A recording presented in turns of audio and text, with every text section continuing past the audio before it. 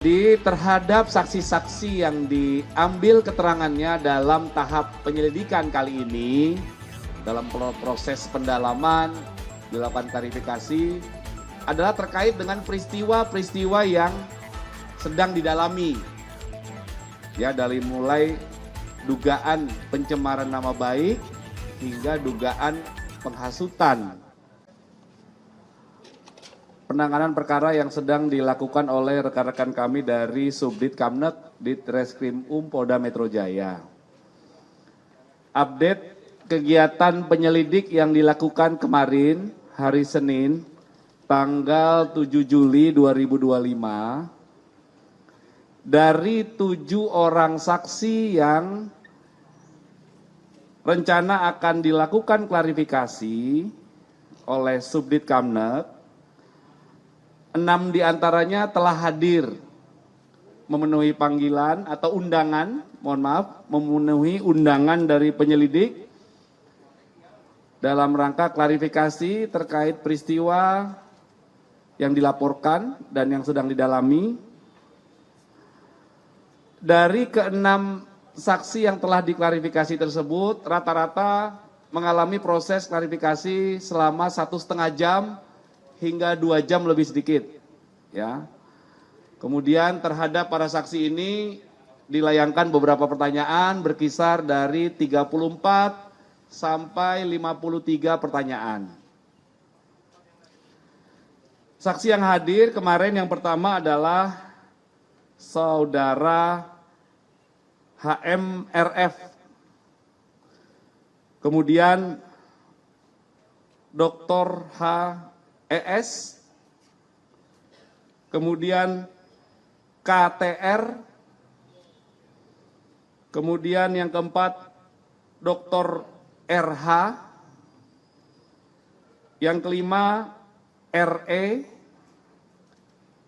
dan yang keenam adalah Saudara RSN. Kemudian ada satu saksi yang diundang dalam rangka klarifikasi tidak hadir, yaitu Dr. TT, dengan alasan ketidakhadiran ada agenda yang sudah terjadwal sebelumnya, dan terhadap yang bersangkutan menyatakan kesediaan untuk dilakukan klarifikasi nanti hari Jumat tanggal 11 Juli 2025 pukul 10. Ini update-nya rekan-rekan berdasarkan pertanyaan dari rekan-rekan sejak kemarin, ya.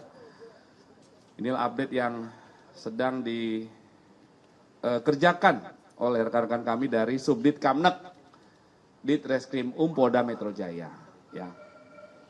Bapak, dari beberapa orang saksi itu apakah ada ajudan Pak Jokowi menegaskan kembali tadi inisialnya kurang ini Pak? Apakah ada ajudan Sebelumnya itu? Saksi tersebut hari sebelumnya sudah dilakukan pengambilan keterangan dalam rangka undangan klarifikasi. Sudah. Hari Kamis berarti Pak? Hari apa kemarin ya? Pekan lalu ya. Pekan lalu itu benar. Kemarin sudah kami jelaskan juga. Ya. Mungkin nggak hadir kemarin waktu itu ya.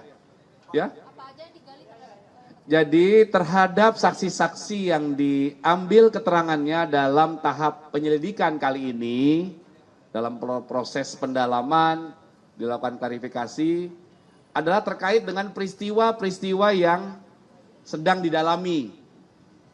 Ya, dari mulai dugaan pencemaran nama baik hingga dugaan penghasutan. Ya, sebagaimana ada beberapa dasar laporan polisi. Sekali lagi, penyelidik masih bekerja mengumpulkan fakta-fakta. Ya, proses penyelidikan ini harus hati-hati, harus cermat, faktanya satu persatu dikumpulkan dari berbagai pihak, dari berbagai saksi. Saksi adalah orang yang diduga mengetahui, melihat, mendengar, ataupun mengalami ada sebuah peristiwa. Ya, yang peristiwa itu sedang dilakukan pendalaman. Nanti apakah peristiwa ini ada dugaan tindak pidana atau tidak. Ya. RSN bilang dia dicecar 85 pertanyaan. Tadi kan disebutkan di bawah itu 53 pertanyaan maksimal. Itu gimana Pak Kabit? Apakah ada pertanyaan turunan maksudnya? 84, mohon maaf, betul. Ya, berkisar 35 sampai 84 pertanyaan. Betul. Tapi Pak mau nanya di dalam kasus yang dilaporkan Pak Jokowi kan penyidik kan telah menarik Penyelidik ya, statusnya masih penyelidikan.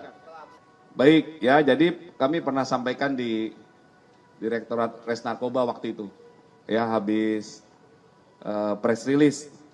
Jadi ada dua objek perkara yang sedang didalami, ya.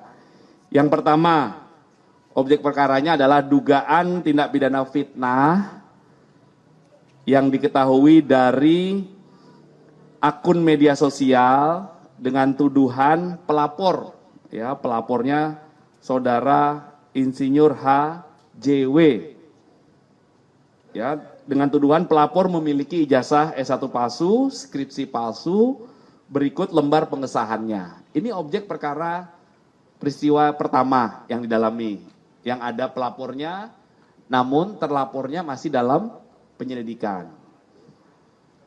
Kemudian ada objek perkara pidana kedua, ya dugaan tindak pidana penghasutan itu. Ada beberapa LP yang ditarik, itu yang pernah kami sampaikan. Jadi dua objek perkara inilah yang dikumpulkan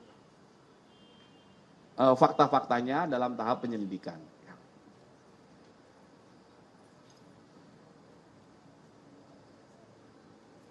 Ya, objek perkara yang kedua adalah dugaan tindak pidana penghasutan dan juga terkait dengan Undang-Undang ITE pasal 28.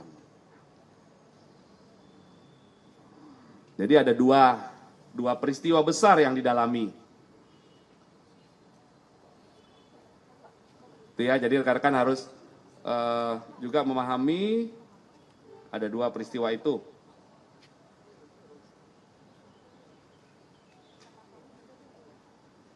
Ada lagi rekan-rekan? Ya.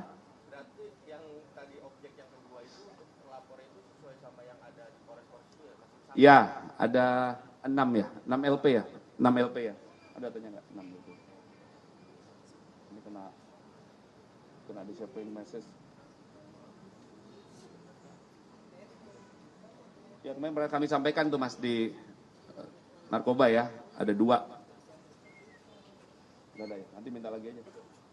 Kehapus ini. Oke. Pak Kabit, Pak, izin Pak, ini mungkin kasus baru Pak, kan beberapa hari lalu itu ada bocah umur 5 tahun tewas karena tersengat listrik Pak di Taman Yoda. Hah? Itu jadi ada bocah, Maaf Mbak, gimana? bocah 5 tahun tewas tersengat listrik di Taman Yoda hari Jumat lalu. Nah itu Pak, itu kan dari ini apa, dari fasilitas umum gitu ya Pak. Itu tuh kalau dari kepolisian bisa diusut pidana kah? Dan kalau misalnya bisa itu unsurnya gimana ya Pak? Nanti kalau coba kami cek lagi ya, ini pertanyaannya. Kami harus cek. Yang jelas dalam sebuah peristiwa yang dilaporkan oleh masyarakat atau yang ditemukan oleh petugas kepolisian, itu dilakukan langkah-langkah dari mulai penerimaan laporan, ataupun laporan itu didapatkan dari informasi melalui 110, dari media sosial, berdasarkan hasil patroli siber, itu langsung dilakukan pendalaman. Ya, pendalaman. Dimulai dari mendatangi TKP, melakukan olah TKP, pertolongan terhadap korban. Kemudian dalam melakukan olah TKP itu dilakukan langkah-langkah teknis ya terkait pengumpulan barang bukti, mengamankan TKP hingga dilakukan pemeriksaan secara laboratoris. Dalam peristiwa apapun ya, saya jawab secara umum nih ya. Nanti akan dilakukan pendalaman terhadap saksi-saksi yang ada di TKP, kemudian diklarifikasi dan didalami. Nanti apabila proses pendalaman itu ada dugaan tindak pidana, maka ditingkatkan prosesnya dalam proses tahap penyidikan namanya. Ya, itu secara umum ya Mbak, saya jawab ya. Saat ini marak terjadi pencurian plat besi Pak, baik di JPO atau halte busway itu, apakah Polri, Polda Metro sendiri akan melakukan patroli rutin atau kemudian pengenaan pasal terhadap pelaku apakah cukup dengan tindak pidana ringan atau tindak pidana lainnya Pak? Ya, Terkait dengan gangguan Kamtipmas yang terjadi, Polda Metro Jaya 1x24 jam melakukan kegiatan atau upaya kepolisian. Ya, masyarakat tidak perlu khawatir, kami ada 24 jam di lapangan. Di sisi lain, apabila ada blank spot ataupun ada gap, karena patroli ini mobile ya, mobile bisa jadi setelah dia bergerak patroli dari RW 1 ke RW 2, maka di belakang itu tidak ada polisi berseragam di sana, ini masyarakat bisa langsung menghubungi 110 ya. Terkait peristiwa itu, upaya-upaya patroli terus dilakukan, beberapa kasus kemarin sudah diungkap ya. Diungkap, penerapan pasal terhadap pelaku tindak pidana itu diberikan berdasarkan fakta perbuatan dan alat bukti serta barang bukti yang ditemukan oleh penyidik secara proporsional. Ya. Jadi tergantung nanti peristiwa yang ditemukan itu apa. Ya, yang jelas pasti akan dilakukan penyelidikan dan penyidikan secara profesional dan proporsional. Berarti untuk mengantisipasi tidak ada lagi pencolongan besi jembatan itu Pak, patroli rutin ya Pak? Ya, patroli rutin itu dilakukan juga secara bersama-sama. Rekan-rekan kami, Babin Kamtipmas itu bersama 3 pilar juga melakukan kegiatan patroli, edukasi secara offline, Babin Kamtipmas kami datang door to door. Kemudian secara online kami juga melakukan imbauan-imbauan di akun-akun official di medsos kami juga dalam rangka menciptakan situasi Kamtipmas yang kondusif ya.